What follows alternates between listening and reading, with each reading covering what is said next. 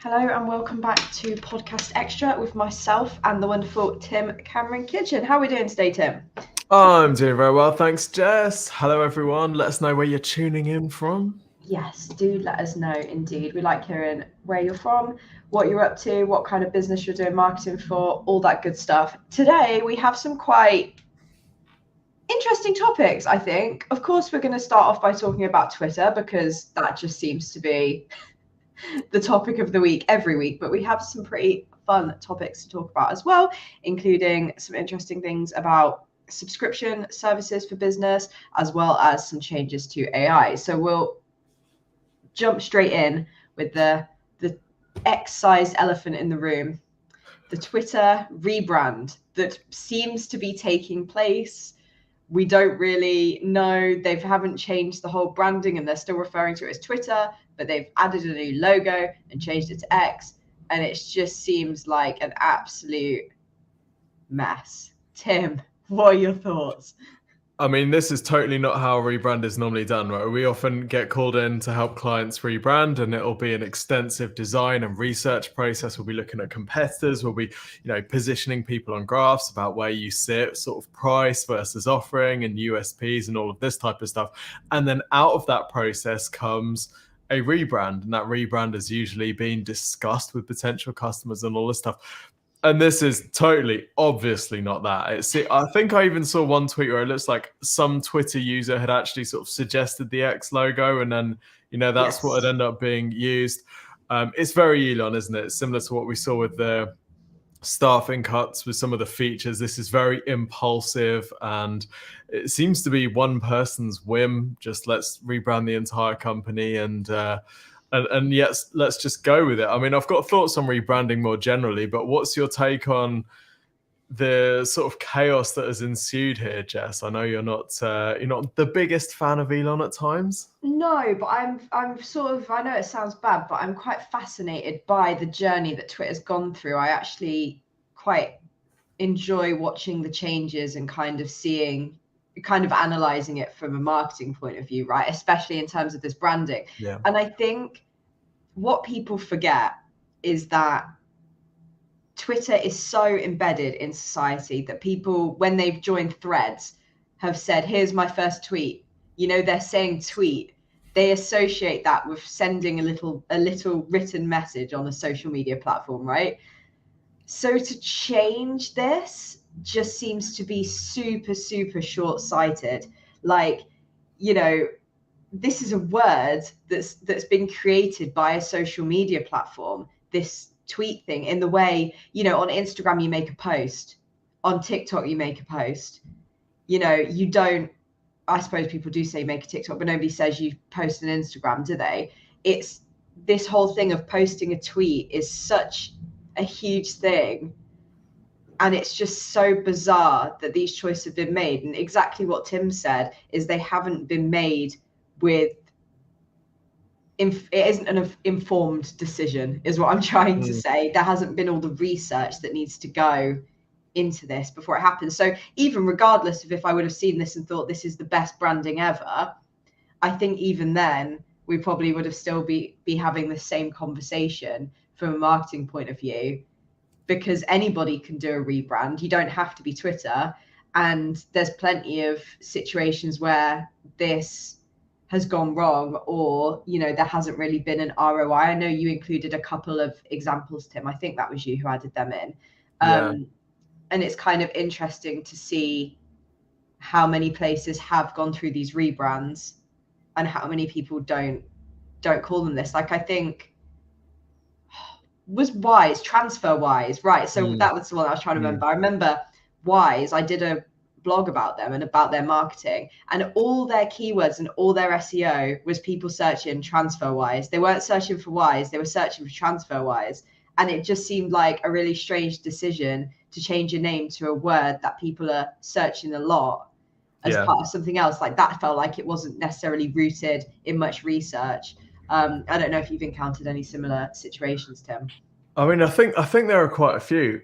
Generally with rebrands, that rebrands come on a scale, don't they? You get rebrands where you know, the business needs a visual refresh, and it looks a bit old, it looks a bit tired. You want to bring it up to date. You want to sort of, you know, in the way that we've seen, say, Apple's logo change over the years, or I know Dunkin' Donuts, I think they dropped the donuts. Like these are small tweaks where you can give the brand a new lease of life, but people still recognize it, people still understand what it is.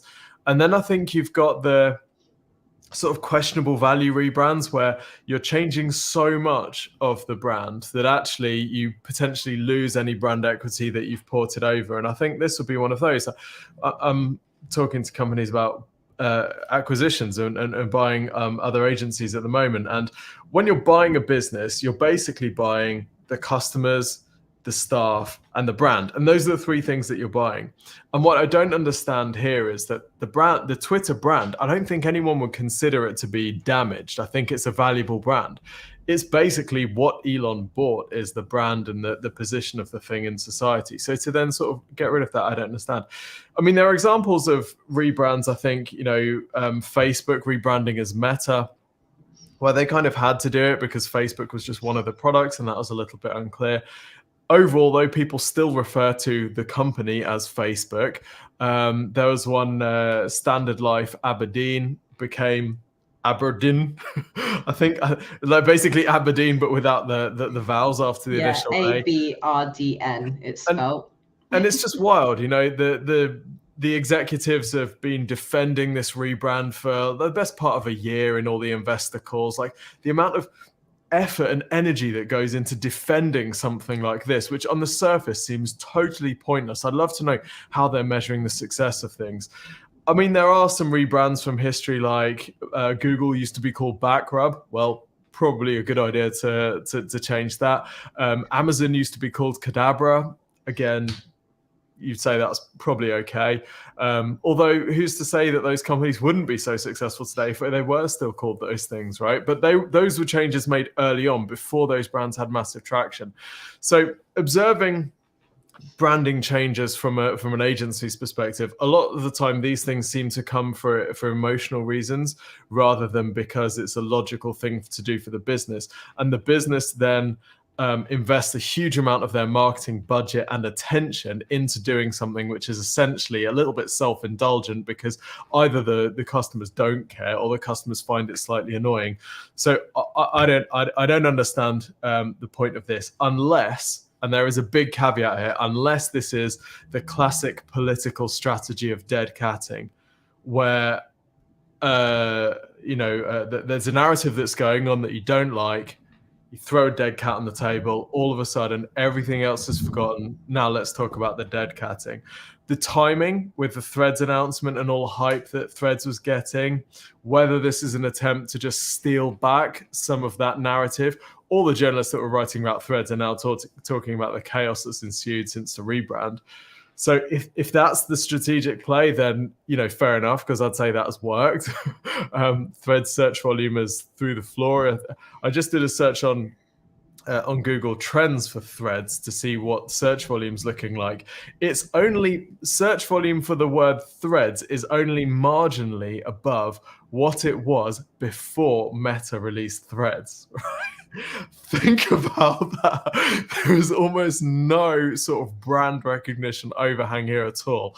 And whether Elon's sort of desire to retain the limelight is part of that, I don't know. But, you know, I think if it's the dead catting strategy, fair play.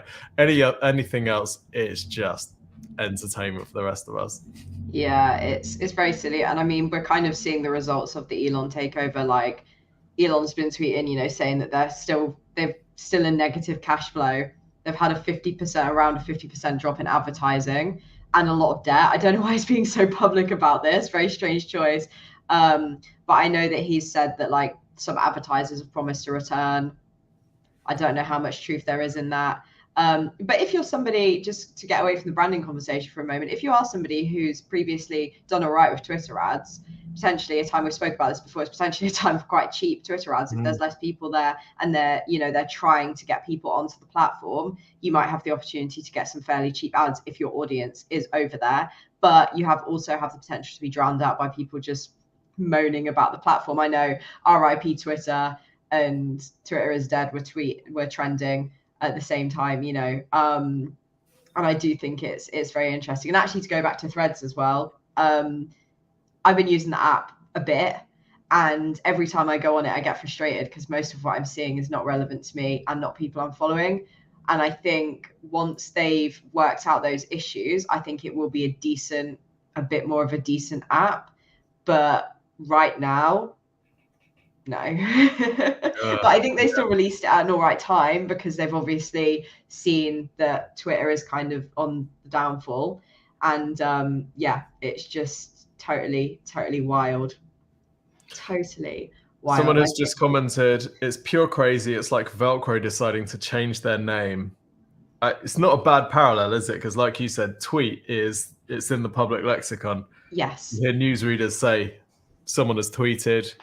How are you going to change that vocabulary? It's very difficult to do. Yeah, I completely agree. It's going to be very, like I said, I almost enjoy watching it because we haven't really seen something like this change in this way. So yeah, interested to see what the future holds. Moving on to our, nothing else. It is entertaining, if anything else. But moving on to our next topic, next topic, which is all about how Pret a Manger has credited their subscription service for its return to profit. And I thought this was I think it's a really important thing to talk about as marketers, because we really are seeing a huge increase in the number of businesses that are doing these subscription models, whether it's something like Pret a Manger. I can't remember exactly what you get, but it's like the Pret Club, and you get, I think it's like up to 5 hot drinks or coffees a day. So it's actually quite good. But then we're also seeing subscription models. For instance, you get Amazon Prime or the ASOS delivery, where you're getting that next day delivery. And then we also see subscription models where you might buy a product and then it says if you subscribe to it every month, then you'll get a discount. So I think there's a lot of opportunity for marketers here, and I think it's really impressive that Pret have actually accrediting this subscription model with what's helped them return to profit. I think that's amazing. Yeah, really good find on this, Jess. This is, it's quite rare to see the metrics behind subscription models. And I mean, to be fair, I don't think they have shared a lot of the metrics about it, but the fact that they would openly credit it with their return to profit, I think is massive. So from what I understand, Pret, if you don't know, it's like a coffee shop and you can get bits of food as well. And it's like a sort of Starbucks type vibe. I'm sure people who are Pret fans will tell me it's nothing like Starbucks at all. But from an outsider's perspective, it's another one of those. And you pay, when it started, it was $20 a month. I think it's now up to $30 a month. And like you say, you get up to 5 barista-made hot drinks per day, which, if you're actually claiming all of those, is phenomenal value. If you were buying them individually and now you're getting them free as part of the subscription, then a great value. Obviously, they've looked at how people are using these and they've increased the price over time. And from their from their comms, it doesn't sound like increasing the price from $20 a month to $30 a month has actually had any impact on usage, and in fact their revenue from it's grown. Wow. The other thing that caught my eye from this is that the value of the transactions through the Pret Club, which is their membership, are 30% higher than average. So people who are using the thing are also then making higher value transactions. I mean, this logically makes sense, right? If you what they're trying to do is they're trying to build a habit, which is what all of these subscription services are doing. They're trying to build a habit of, you always go to Pret. You feel some sort of allegiance to Pret. So you go to Pret for your lunch. When you're getting a coffee, you're also getting a snack and all this type of stuff. They got super high margins on their coffee anyway. So it makes sense for loads of reasons. But I think this idea of your subscription members then spend more is really interesting. And this, there was someone did a study at Motley Fool way back in 2014 about Amazon Prime, when Amazon Prime first came out, or when Amazon Prime was getting really popular, and found or suggested that lifetime customer value for a Prime customer is more than double what a non-Prime customer would be, because now this person is sort of wedded to Amazon. They tend to spend more anyway. So I think this is a really interesting component to subscriptions that people don't often think about when they're considering this.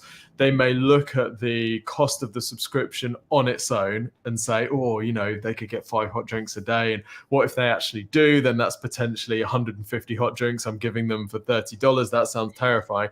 But there are a bunch of sort of additional and related benefits from this, like, oh, well, they're going to be spending more, and oh, well, on average, they're not going to be spending anything like $30 on their drinks. They're not going to be claiming $30 worth of drinks and this type of stuff, which we have to take into consideration when we're planning a subscription model. And it's interesting that very few businesses start subscription models and then stop them. This seems to be something that people continue to do and sort of continue to ramp up. So, yeah, it's yet another indication that this is a really important component of relevant business models. If you can offer a subscription, you probably should think about it. Absolutely. Yeah, I think we see it everywhere, especially in e-commerce. Any kind of products that people are going to want to replenish, whether it's like Huel protein shakes, I know they do it, and then there's like Small who do laundry stuff, and my affinity for them is really good. Like, it actually works out cheaper for me. And now they do like cleaning supplies, and they've just released like washing up liquid, and I'm like, well, I could get that from the shop, probably a little bit cheaper, but actually it's so much more convenient, especially as someone with ADHD. It's so much more convenient to not have to think about any of these things. They just get posted through my letterbox and I'm sorted, and I think I think if you are thinking of running a subscription model, you really have to highlight the benefits, whether you're getting a discount for getting more products, or if you're just highlighting how it makes their lives easier. Because that's kind of how Small got me, is that they're saying, you don't have to think about this anymore. You just have to pay and we'll send it to you. And it's like my pet food I get on a subscription so that it just arrives to me and I don't have to worry about, going out of my way to go to a specific shop to get that food, because that trip I'll pretty much only go there to do that. I use Amazon's subscription service, but it's nice, I don't even have to have Prime to do that. So it's like they've almost doubled up over at Amazon. They've got 2 different ways to kind of keep you in that loop. And I think I've had times where I've had emails, saying, oh, something's out of not part of your order, and I've gone, oh, maybe I'll cancel it, it's just a bit of a pain. And I'm like, but actually it's really convenient, so I just keep it. And it's just, I can imagine multiple consumers behave in that way. So it's definitely not just me. And I think it works for the business for multiple reasons. Like you say, you have that, you end up with inventory that you probably wouldn't have bought, but hey, you're not going to send it back. The business has absolutely zero ongoing customer acquisition costs, right? For D2C businesses, the question of profitability has always been huge. And a lot of these D2C companies were heavily venture backed. And the question was always, if it's costing you $30 to get someone to buy a $5 razor, how are you going to make the numbers work? Whereas if it costs $30 to get a $5 a month razor subscriber, then the numbers work, right? Yes. Particularly if that lifetime is good. And then from a cash flow perspective, this type of thing can work for all sorts of businesses. You see this with even some like independent car garages. Like they'll charge a sort of a monthly subscription to a maintenance package. And then, if something happens with your car, then you can go and then you get a discount on, big projects, but you get ongoing sort of maintenance and your regular checkups included as part of that. But the benefit for the business is they have all this cash flow that, they've got cash that's come in, which they might not have to fulfill on for 6-12 months even, which means they can reinvest in customer acquisition or whatever they want to do. So I think it makes a lot of sense that businesses are trying to pivot this way. It makes sense for the customer and it makes sense for the business. And it's just a sort of better way of evening out cash flow in potentially lumpy businesses like pretty much anything, where you might be seeing a seasonal dip over Christmas, no longer, or you might be seeing a seasonal dip over summer, no longer, because everyone's on subscription. And it makes the company more investable as well. Yeah, this is exactly it. And I think I did say earlier that this is mostly an e-commerce thing, but that was totally wrong. You do see it a lot in service-based businesses as well. For instance, like you said, with the car thing, we see it quite frequently in like, I know dentistry, they often will have like, oh, if you pay this, you'll get this many checkups and then this much off treatments. And I know Specsavers as well. Yep. Do it with their contact lenses. You get like free glasses, discounts Yep. on other stuff. And I mean, they were quite, when I went in there, they were like, yeah, if you want to get your glasses free, just make sure if you pause it that you restart it like the month before, and we'll make sure your glasses are free. You know, they were quite open about that. They make it easy to pause it and change it about and stuff. And I think, yeah, I think it's a really, really great model. And like Tim said, if you tend to have a slump, this can help you avoid that at certain parts of the year, because people will just leave it rolling. It's inconvenient to cancel it, so they might as well just leave it in place. Yep. Yeah, and don't assume that just because you're not a D2C brand, you can't run a subscription. Like the question, the value is in thinking, how can I use this? So what are these companies doing? How can I apply that to my business? Yeah, like you say, I think like aesthetics and beauty and yeah, there are so many companies that can use this.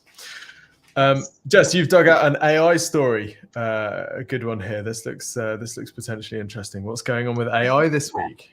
So Meta, Google, and OpenAI have promised the White House in America that they'll develop AI responsibly. So I think there's definitely been, since AI kind of kicked off, there's been a lot of conversations about whether it's responsible, whether it's ethical, all these kind of things. And I think, you know, the people at the top have started to pay attention to this and have thought, right, we need to start maybe putting some regulations in place. Now, this has been voluntary.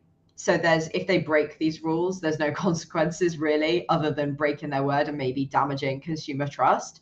But it seems like, I know Google's been talking a lot about responsible development of AI, like at their I/O conference, that was a big topic.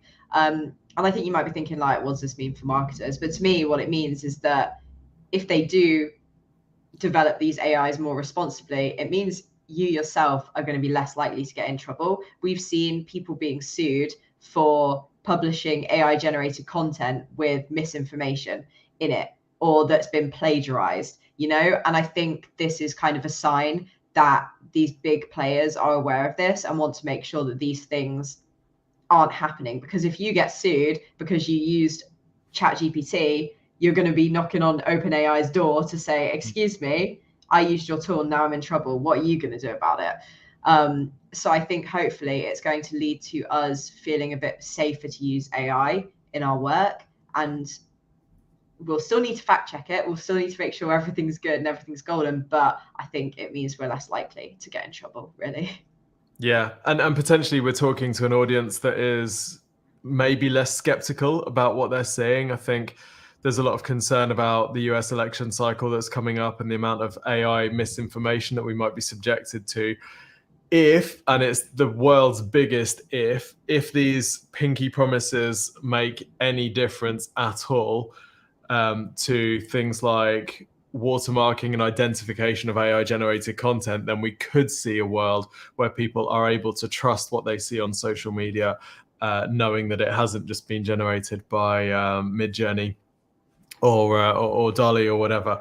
I mean, I have to say the text and reading between the lines on some of these announcements, I mean, you don't even need to read between the lines. There's not actually that much there. A lot of this is the AI companies promising the stuff that they kind of already do. So there's a lot of talk. OpenAI has a blog post. The White House has released a fact sheet about it, where they're basically talking about, you know, we're going to show the research that's going on about bias and discrimination. We're going to share our thoughts about how the latest models are going to impact society. But if you read any of the research papers that go along with these models, they always share that stuff anyway. So I don't think that there's that much new here. The most interesting piece for me was watermarking and this idea that the AI companies would be required to propose some sort of watermarking solution.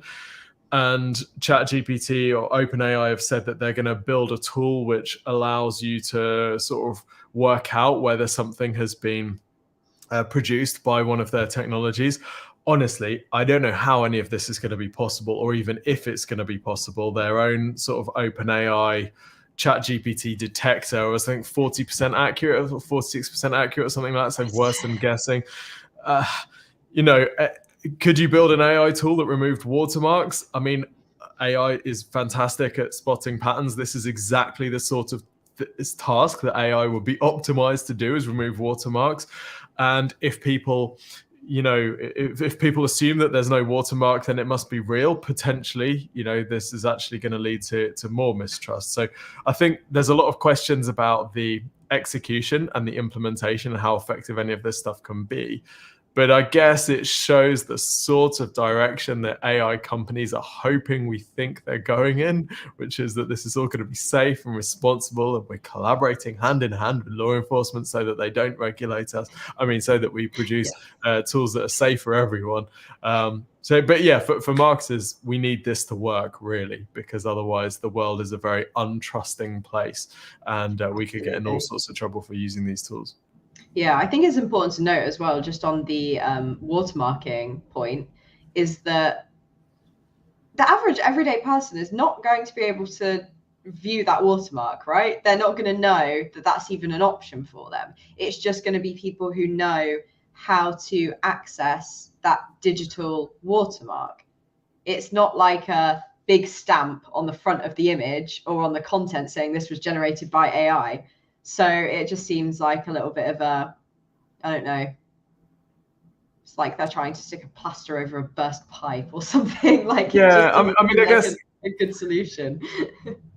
I suppose if I'm Twitter or X, for example, I might want to, well, probably not in their case, but I might want to get access to the open AI watermark detection software so that I could have a little notification any tweets that are using AI generated content. But it doesn't feel like a robust solution, does it? And it feels like it's subject to the same limitations and opportunities for exploitation that all content is subjected to. This is just another hoop that someone's going to have to build a tool to get past. But hey, the incentive is there, the potential reward is there. So I don't think this is, it would be very interesting to see if they can produce something. Self-policing never works, someone says. Yeah. Yeah, we're going to have to see what happens. I think we're going to keep seeing, news popping out being like, this thing was violated again by this company. I think it's just going to become an everyday occurrence at some point. Anything else you would like to add to this week's news at all, Tim? No, I don't think so. Continued SERP volatility. I say no, I don't think so, and then immediately add something. But continued SERP volatility on Google. So if you're seeing your rankings bounce up and down, it's continuing. It's been a few weeks now, and we're still seeing massive SERP volatility. So whether this is Google continuing to test out a potential big ranking algorithm update, or whether it's just the new normal and our search results are going to be dynamic, nobody really knows. But it's quite interesting. And if you're seeing your rankings jump around, don't panic too much. Just continue to follow the basics, and everyone's in the same boat. Yes, very good advice. Don't panic. I feel like that's a good way to end today's podcast. As always, you can request a marketing review from the wonderful marketing consultants here at Exposure Ninja at exposureninja.com/review. They'll send you a 15-minute video review covering your marketing and your website, offering you some actionable insights that you can put into place right away. So that's exposureninja.com/review. We also have a brand new video up on our main YouTube channel at Exposure Ninja, all about a fantastic tool from SEMrush called Ad Clarity, which I think has blown a lot of people's minds, especially people who are doing, especially Tim's mind, especially anybody who's doing any competitor ad research running PPC, which should be all of you. Definitely go and check that out. Yeah, you've got to check it out, guys. It's ridiculous. So this tool basically shows you, on Facebook or Meta Ad Library, you can see your competitors' ads, and you can see, what ads they've been running over time and stuff. Well, Ad Clarity shows you that, plus how much they're spending on each ad. And it also works across display ads, across like TikTok ads as well, YouTube ads. It's really, really wild. The amount of data that you get, like people have been commenting, I can't believe this thing is legal. And that was definitely the impression I got. It's one of those, every so often you get a tool where you're like, okay, how is this working? I'm not sure. I'm really enjoying this data, but I'm not going to ask any awkward questions. Definitely the best way to be. But you can check that out over on our YouTube channel. It's definitely a good video. Lots of people seem to be enjoying it. So don't miss it. we will be back next week with another marketing news podcast. So if you're enjoying these and you want to see more of them, you can follow us on Spotify, Apple, anywhere you get your podcast, as well as over on our YouTube channel. So yeah, have a fantastic week and we'll see you next week. Bye-bye, everyone.